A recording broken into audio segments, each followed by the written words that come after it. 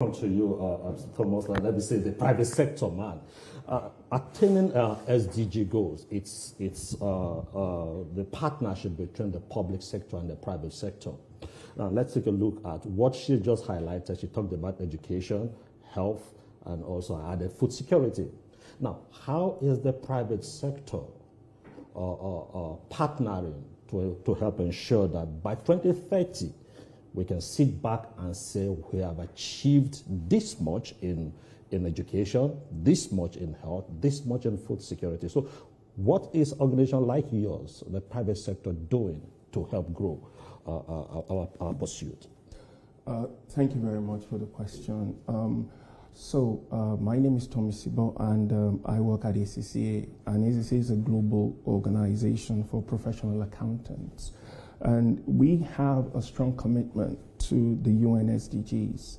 And one of the things we have done is to design a sustainability hour program for all schools, secondary and primary schools.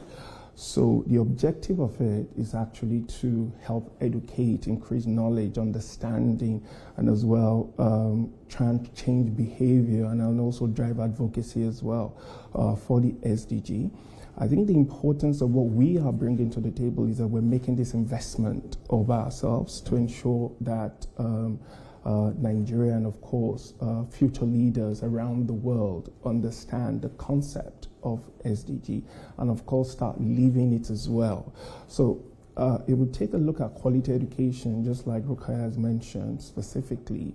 What does it mean, for an example, for children in secondary school when we talk about quality education, and how can they become a part of it to actually implement? And it could be simple steps, really, that we need to bring awareness about. Yeah. So, for an example, if you're a young person and your parent buy textbooks for you, for an example, and you're aware that if you use it well, you can pass it on to another generation, probably another client who can be able to utilize it better.